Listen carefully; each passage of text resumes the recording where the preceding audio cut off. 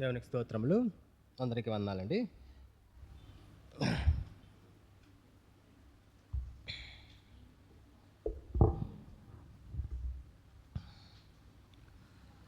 మరి ఒక అంశాన్ని మనము ధ్యానం చేసుకుందాం.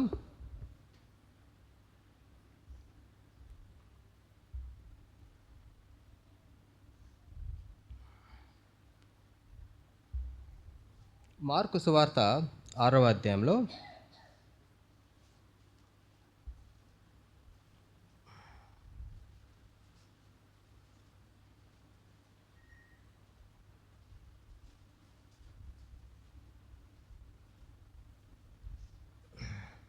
ఇక్కడ 19-20 వచనాలు కలిసే ఉన్నాయి.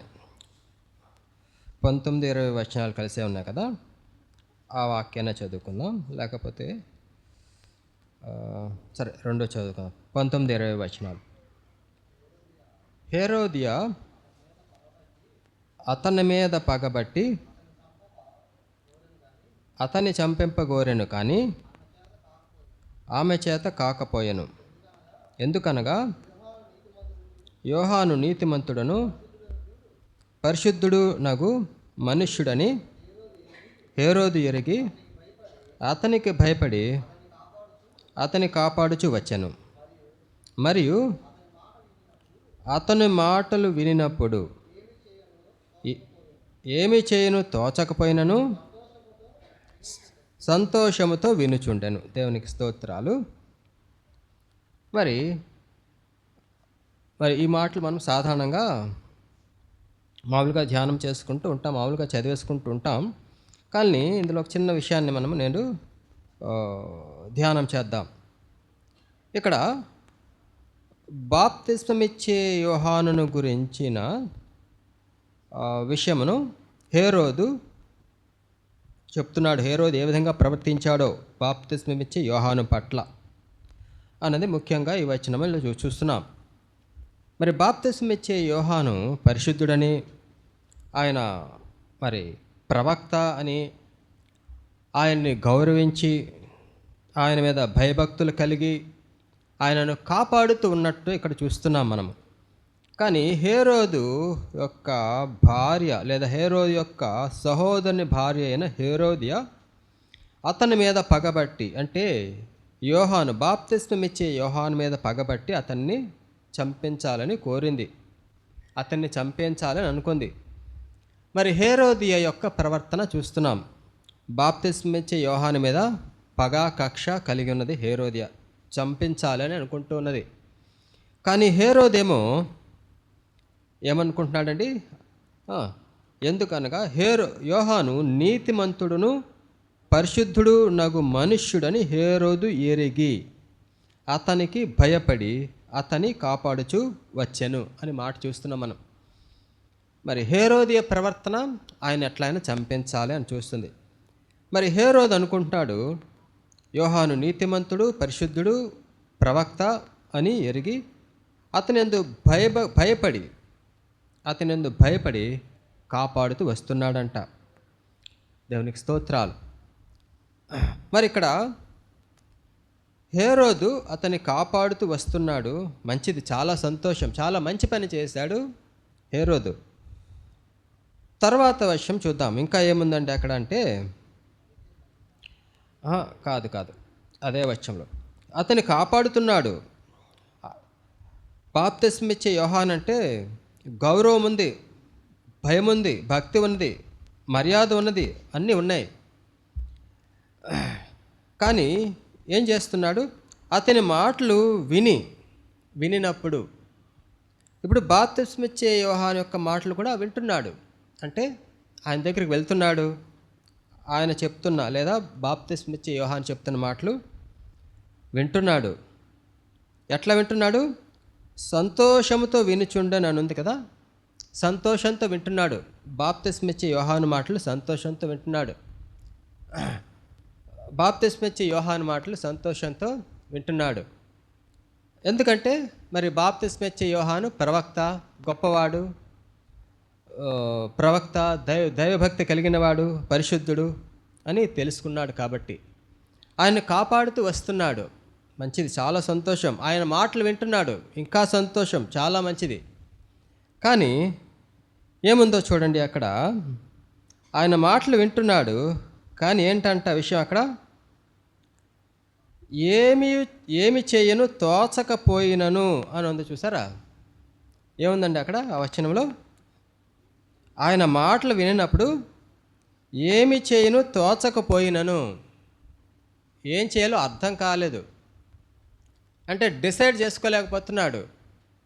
ఆయన మాటలు వింటున్నాడు, బాప్తిస్మిచ్చే యోహాను మాటలు వింటున్నాడు, కానీ ఏం చేయాలి? మాటలు చాలా బాగున్నాయి, చాలా మంచి మాటలు చెప్తున్నాడు ఆయన, శ్రేష్టమైన మాటలు చెప్తున్నాడు, మంచి విలువైన మాటలు చెప్తున్నాడు బాప్తిస్మిచ్చే యోహాను. మరి చూసారా, మరి అరణ్యములో కేకలు వేయు శబ్దము కదా, అరణ్యములో కేకలు వేయు శబ్దం. మరి యోర్దాను నదీ తీర ప్రాంతంలో యోదయ సమరయ వారందరూ కూడా వచ్చి బాప్తిస్మమిచ్చే యోహాను యొక్క మాటలు వింటూ ఉండేవారు. మరి చాలామంది బాప్తిస్మిచ్చే యోహాను వద్ద బాప్తిస్మం తీసుకుంటూ కూడా ఉన్నారు కదా. ఆయన మాటలు వింటున్నారు. మరి ఎవరు బాప్తిస్మం తీసుకుంటున్నారు? ఎవరైతే ఆయన మాటలు విని దాని ప్రకారం నడుచుకోవాలి అనుకున్నారో వాళ్ళే కదా. వాళ్ళ మాటలు వింటున్నారు.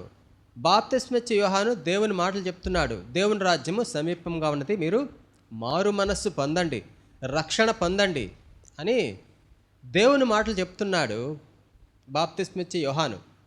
దేవుని మాటలు చెప్తూ ఉన్నప్పుడు మరి కొంతమంది వింటూ ఉన్నారు. విని నిజమే, మనలో దోషమున్నది, మనలో పాపమున్నది, మరి మనము రక్షణ పొందుకోవాలి, ఈయన చెప్తున్న మాటలు బాగున్నాయి కాబట్టి మనము కూడా ఈ మాటలు నమ్ముకొని బాప్తిస్మం తీసుకుందామని చెప్పి కొంతమంది ఏం చేశారు?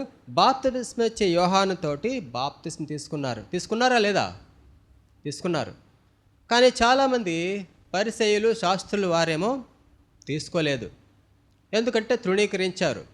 వారు అహంకారం కలిగిన వారు, సమాజంలో పెద్ద స్థితిలో ఉన్నవారు, సమాజంలో ఎంతో ఉన్నత స్థితిలో ఉన్నవారు, విద్యలు చాలా అధికమైన విద్య కలిగిన వారు, యాజకత్వం కలిగిన వారు, అన్నీ ఉన్నవారు. వారికి అహంకారం ఎక్కువైంది. వారు ఈయనేం చెప్తున్నాడులే, అడవిలో నుంచి ఎక్కడ వస్తున్నాడు, ఈయనేం చెప్తున్నాడు, ఏం మాటలు మనకు అవసరం లేదు, మనకి మోషే ధర్మశాస్త్రం ఉంది, అక్కర్లేదు, ఈయన చెప్పిన మాటలు మనకి అక్కర్లేదని త్రోసిపుచ్చారు. అట్లనే ఇక్కడ హేరోదు కూడా సమయం వచ్చింది, ఒక సమయం.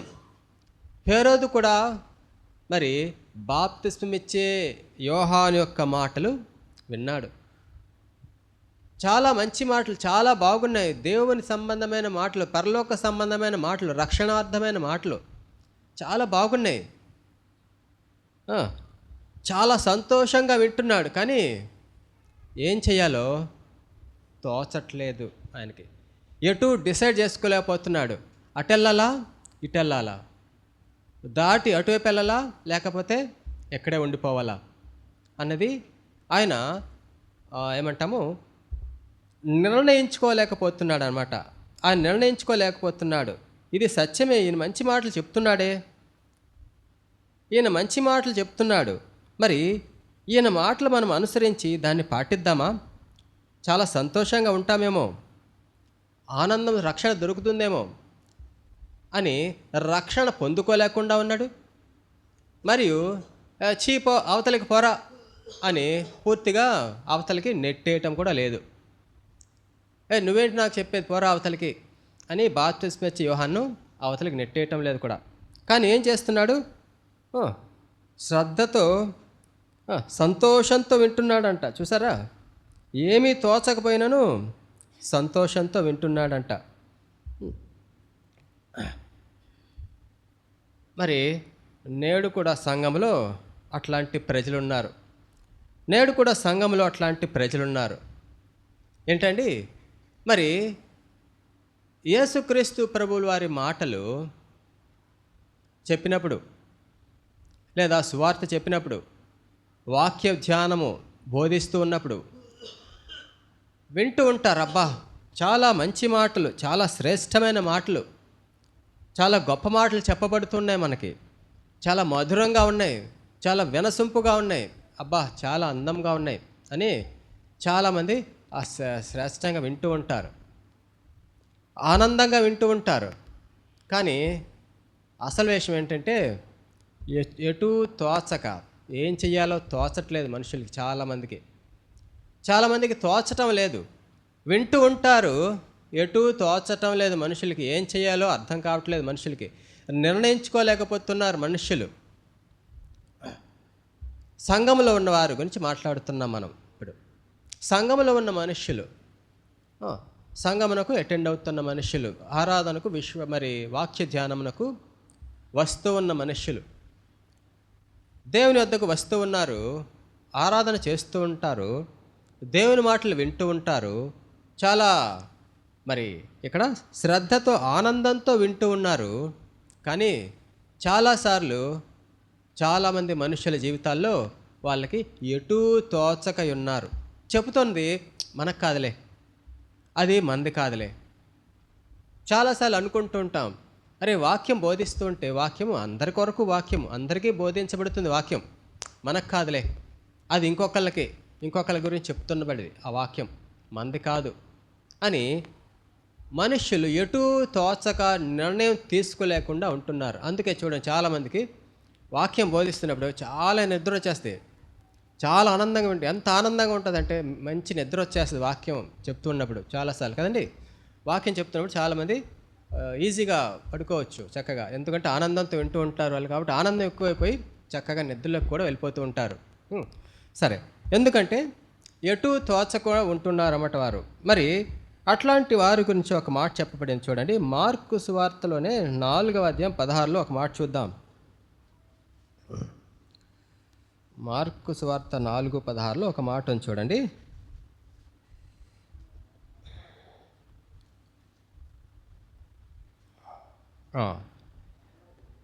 అటువలే రాతి నేలను విత్తబడిన వారు ఎవరనగా వాక్యము విని సంతోషముతో అంగీకరించువారు, అయితే వారిలో వేరు లేనందున కొంతకాలం వారు నిలుతురు, కానీ వాక్యము నిమిత్తము శ్రమ అయినను హింస అయినను కలుగగానే వారు అభ్యంతరపడుదురు అని చెప్తున్నారు ఇక్కడ. చూసారా, ఇక్కడ కూడా సంతోషంగా వింటున్నారు వీరు. ఇక్కడ చాలా సంతోషంగా వింటున్నారు, చాలా ఆనందంగా వింటున్నారు, ధ్యానంతో వింటున్నారు, మంచి మనస్సుతో వింటున్నారు, సంతోషం చాలా మంచిది. కానీ విషయం ఏంటంటే ఎటూ తోచగా ఉంది వాళ్ళకి. అంటే ఏమి చేయాలో నిర్ణయించుకోలేకపోతున్నారు, అర్థం చేసుకోలేకపోతున్నారు. వేరు పెరగటం లేదు, వాళ్ళు వేరు పెరగటం లేదు. ఊరకనే వింటున్నాం, కానీ లోపలికి, భూమి లోపలికి వేరు పెరగాలి కదా, పెరిగితే కదా భూమి మొక్క పెరిగి ఫలవంతమయ్యేది. మరి ఇక్కడ వీరు రాతి నేలలో విత్తబడినట్లుగా చూస్తున్నవారు, వారు చక్కగా వింటున్నారు, చక్కగా సంతోషంగా వింటున్నారు, సంతోషంతో అంగీకరిస్తున్నారంట, కానీ వేరు లేదంట. వారు ఏమవుతుందండి, వారు అభ్యంతర పడేవారుగా ఉంటున్నారు. వారు వేరు లేదు, అది వేరు లేకపోతే ఇంకేముంది, నిలవనేరదు. అది ఈ మొక్క వేరు లేదు కాబట్టి నిలవలేదు. ఎంత చిన్న గాలి వచ్చినా అది ఈజీగా పడిపోతుంది. వేరు లేదు కాబట్టి దానికి ఫలములు ఉండవు. చిన్న గాలి వానకి అది పడిపోతుంది, అభ్యంతర పడుతుంది. కాబట్టి ఇక్కడ హేరోదు పరిస్థితి కూడా అట్లనే ఉంది. హేరోదు సంతోషంతో వింటున్నాడు, భయం ఉంది, దైవం అంటే భయభక్తులు ఉన్నాయి, బాప్తిస్మిచ్చి యోహాన్ అంటే గౌరవం ఉంది, మర్యాద ఉంది, ఆయన్ని కాపాడుతూ వస్తున్నాడు, రక్షిస్తూ వస్తున్నాడు, అన్నీ చేస్తున్నాడు, చేయవలసినవన్నీ చేస్తూనే ఉన్నాడు. కానీ అసలు విషయం లేదు. ఏమిటి? నిర్ణయము, విశ్వాసము, నిర్ణయము లేకుండా. మాటలు వింటున్నాడు, సువార్త వింటున్నాడు, కానీ విశ్వసించలేకపోతూ ఉన్నాడు. చూసారా, మరి బయటికి చేయవలసిందంటే బాహ్యంగా కనిపించడానికి చేయవలసినవన్నీ కూడా చేస్తూనే ఉన్నాడు. విశ్వాస సంబంధమైన క్రియల్లో చాలా క్రియలు చేస్తూనే ఉన్నాడు. విశ్వాసిని రక్షిస్తున్నాడు, విశ్వాసిని పోషిస్తున్నాడు, విశ్వాసిని చంపకుండా రక్షిస్తున్నాడు. ఆయన మాటలు వింటున్నాడు, ఆయన గౌరవిస్తున్నాడు, ఆయనకు మర్యాద చేస్తున్నాడు, ఆయన మాటలు వింటున్నాడు, అన్నీ చేస్తున్నాడు. కానీ అసలుది లేదు, అంటే వేరు లేదు, విశ్వాసము లేదు. అన్నీ ఉన్నాయి కానీ విశ్వాసం లేదు. మరి అన్నీ ఉన్నప్పుడు విశ్వాసం లేకపోతే ఏంటండి ఫలితము? సున్నా. అన్నీ ఉన్నా విశ్వాసం లేకపోతే అంతా కూడా సున్నా, శూన్యం, అంతా కూడా వ్యర్థం, అంతా కూడా నిరర్థకమని మనం చెప్తున్నాం. మరి ఇంకొక మనిషి గురించి మనం చూద్దాం. మరి మనకు ఫేస్తు లేదా ఫీలిక్స్ అనే ఒక వ్యక్తి గురించి మనం చూస్తాం. ఎక్కడండి? అపోస్తలుల కార్యంలో మనం ఒక ఫీలిక్స్ అనే ఒక మనిషి గురించి చూద్దాం. చూడండి, అపోస్తలుల గ్రంథంలో అపోస్తలులు 24లో ఉంటుంది. చూడండి, అపోస్తలుల గ్రంథం 24లో ఫీలిక్స్ అనే మనిషి ఏం చేశాడో చూద్దాం. ఈ ఫీలిక్స్కు కూడా సేమ్ ఇట్లాంటి హేరోదు లాంటి పోలికలు ఉన్నాయన్నమాట. హేరోదు ఆయనకున్న పోలికలు ఉన్నాయి. ఆయనకి ఫీలిక్స్ చూద్దాం, 22 నుంచి చదువు, 24 వచ్చి 22 నుంచి చూద్దాం. ఫీలిక్స్ ఇప్పుడు అపోస్తలుడైన పౌలు చెప్పిన మాటలన్నీ కూడా ఫీలిక్స్ అన్నీ వింటున్నాడు.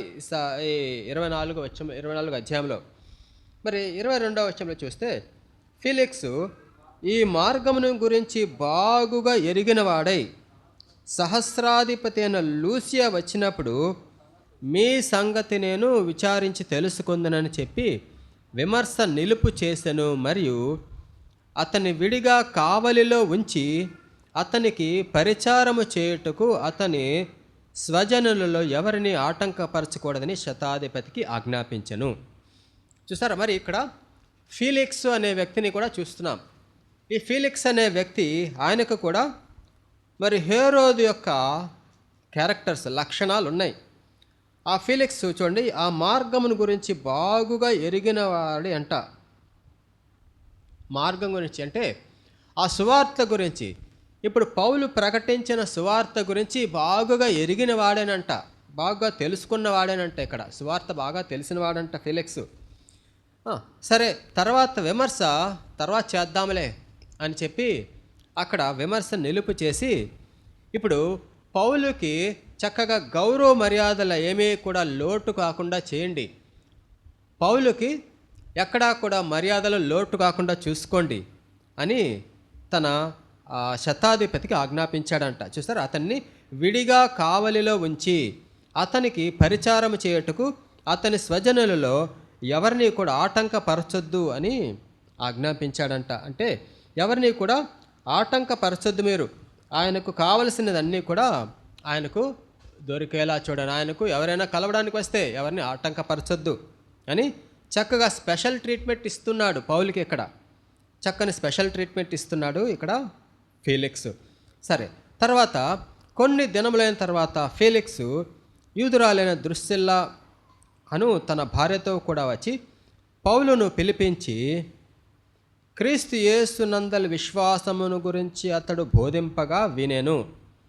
మరి ఇక్కడ మళ్ళా ఫీలిక్స్ తన భార్యతో కూడా వచ్చి పౌలును తన దగ్గరికి పిలిపించుకొని పౌలు దగ్గర నుంచి ఆ బోధ, సువార్త, విశ్వాసమును గురించిన అతడు చేసిన బోధ, యేసుక్రీస్తు నందలి విశ్వాసమును గురించి అతడు బోధింపగా వినెను. ఈయన కూడా యేసుక్రీస్తు బోధను గురించి వింటున్నాడంట. అప్పుడు అతడు నీతిని గురించి, ఆశా నిగ్రహమును గురించి, రాబో విమర్శను గురించి ప్రసంగించుచుండగా ఫీలిక్స్ మిగుల భయపడి, ఇప్పటికి వెళ్ళుము, నాకు సమయమైన నిన్ను పిలిపింతునని చెప్పెను. ఫీలిక్స్ మరి విశ్వాసము ఉంచిన వారికి పరలోకము లభిస్తుంది. మరి విశ్వాసము లేకపోతే కఠినమైన అగ్నిగుండం ఉంది, నరకం ఉంది, నిత్య మరణం ఉన్నది అని ఆ శిక్షణ గురించి, విమర్శన గురించి ఆయన చెప్తున్నప్పుడు ఫీలిక్స్ భయపడ్డాడంట. అమ్మో, ఎంత కఠినమైన శిక్ష, ఎంత కఠినమైన మరణమా, ఎంత కఠినమైన మరి ఆ నరకం ఉన్నదా అమ్మో అని చెప్పి భయపడి, అయ్యా చాలు ఇప్పుడు ఆపు, ఇంకా నువ్వు ఇంటికి వెళ్ళిపో, తర్వాత నాకు టైం ఉన్నప్పుడు మీకు పిలుస్తానులే అని చెప్పి ఆయన పంపించేశాడంట. ఫీలిక్స్ పంపించేశాడు. వింటున్నాడు, మాటలన్నీ వింటున్నాడు, దేవుని మాటలు వింటున్నాడు, బాగా ఎరిగి ఉన్నాడు. దైవభక్తుని లేదా ఇక్కడ దేవుని సేవకుని అపోస్తలుని బాగా గౌరవ మర్యాదలతో చూసుకుంటూ ఉన్నాడు. ఆయన మాటలు వింటున్నాడు. కానీ ఇక్కడ ఈయన కూడా ఏం చేస్తున్నాడండి, ఆయన విశ్వాసము ఉంచకుండా పోయాడు, విశ్వాసం లేకుండా పోయాడు. హేరోదు వలె, హేరోదు ఎట్లా చేశాడో, బాప్తిస్మిచ్చే యోహాను మాటలు విన్నాడు, విని ఎటూ తోచలేదు. ఇక్కడ ఫీలిక్స్కు కూడా ఎటూ తోచలేదు. అపోస్తలుడైన పౌలు మాటలు విన్నాడు, ఎటూ తోచలేదు, ఏం చేయాలో అర్థం కావట్లేదు. సరే చాలు ఇప్పటికి ఆపేసి తర్వాత వింటానులే, ఇక ఆపేసి అని చెప్పి పంపించేశాడు. తర్వాత ఏం చేశాడో చూడండి. ఫీలిక్స్ చివర 27వ వచనం చివరిగా చూడండి. ఫీలిక్స్ యూదుల చేత మంచివాడు అనిపించుకొనవలెనని కోరి పౌలును బంధకములలోనే విడిచిపోయాను.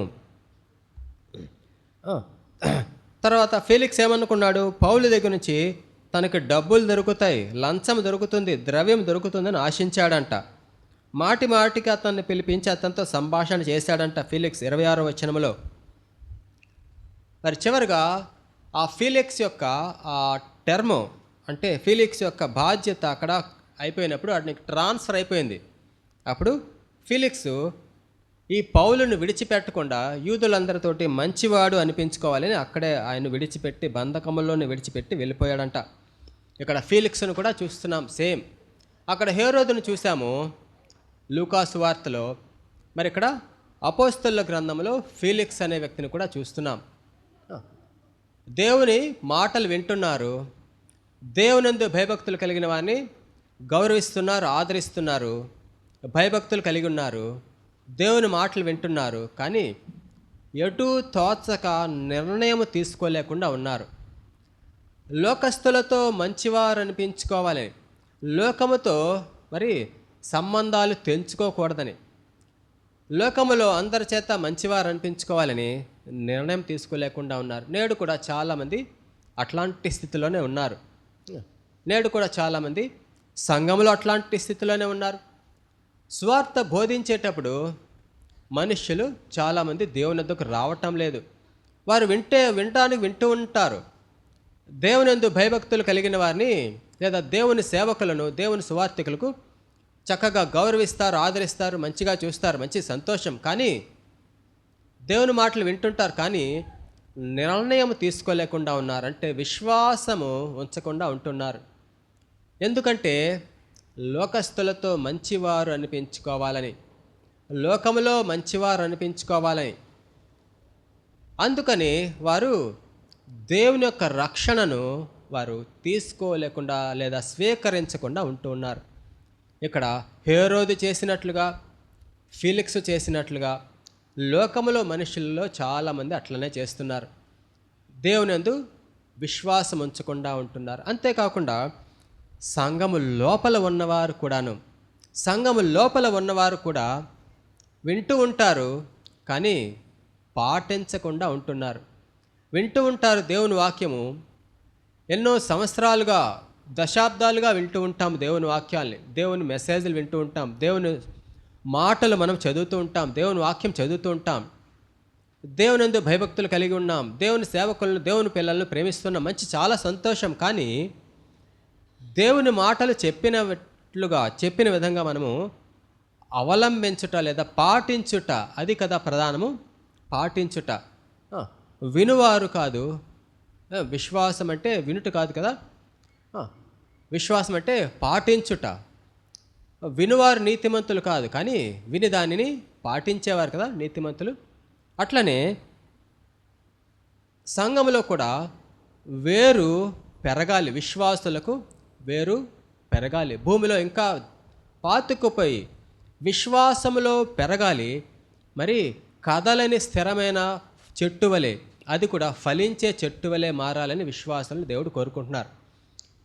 మనం మరి విని మరి వేరు పెరగకపోతే ఎట్లా ఉంటాం? మనం రాతి నేల వలె ఉంటామంట కదా. విని మనము దేవుని మాటలు విని దేవునితో సహవాసం చేస్తూ, దేవుని పిల్లలతో సహవాసం చేస్తూ మనము వేరు పెరగకుండా ఉంటే, వేరు పారకుండా ఉంటే భూమిలో దృఢపరచకపోతే మరి అది చిన్న చిన్న గాలివానకే తుఫానుకే పడిపోయే చెట్టు వలె ఉంటుంది. అది పెరగని చెట్టు వలె ఉంటుంది, మరుగుజ్జు చెట్టు వలె ఉంటుంది, ఫలములు లేని చెట్టు వలె ఉంటుంది అది కదా. కాబట్టి ఆ ఫలములు లేని చెట్టు, మరుగుజ్జు చెట్లు దేనికి పనికిరావు, దేవుని రాజ్యంలో అవి చేరలేవు. అది నరకబడి కాల్చబడుటకే కానీ దేవుని రాజ్యమునకు పనికిరానివై. కాబట్టి దేవుని మాటలు వింటున్న విశ్వాసులు మరి వేరుపారి పెరిగి ఫలించే చెట్టు వలె ఉండాలి. గాలి వానలకు మరి బెదరని జడి అని మరి పడిపోని చెట్ల వలె ఉండాలని దేవుడు కోరుకుంటున్నారు కదా. మరి ఇక్కడ ఫెలిక్స్ వలె కాకుండా, లేదా హేరోదు వలె కాకుండా, లేదా లోకస్తుల్లో ఉన్నవారి వలె కాకుండా, చూసారా, లోకమును ప్రేమించిన వారు ఉన్నారు, లోకమును ప్రేమిస్తూ లోకము కొరకే జీవిస్తున్నవారు ఉన్నారు కదా. మరి దేవుని మాట చెప్తుంది, లోకము గతించిపోతుంది, లోకము దాని నటన అంతా కూడా గతించిపోయేది, కానీ దేవుని వాక్యము, దేవుని రాజ్యము సర్వదా నిలిచి ఉండేవి. కాబట్టి దేవుని వాక్యమును మనము గౌరవించి చదువుకోవడమే కాకుండా, గౌరవించి మర్యాదతో వినడమే కాకుండా, దానిని పాటించుట, ఎటు తోచకపోవడం కాదు, ఎటు తోచకపోయి నిర్ణయం తీసుకోలేకుండా ఉండటం కాదు, కానీ చక్కటి నిర్ణయం తీసుకోవాలి. మరి చక్కగా దాన్ని పాటించి అవలంబించి అనుసరించేవారుగా ఉండాలని దేవుడు మనకు కోరుకుంటున్నారు కదండి.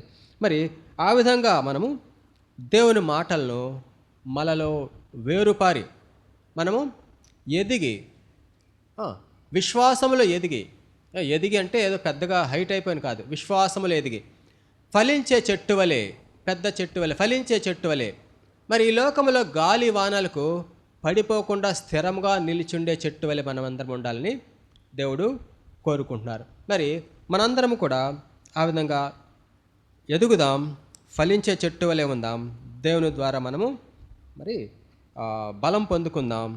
ఆ విధంగా అంటూ పరిశుద్ధాత్మ మనకు సాయం చేయను గాక. అందరికీ వందనాలండి. ఆమేన్.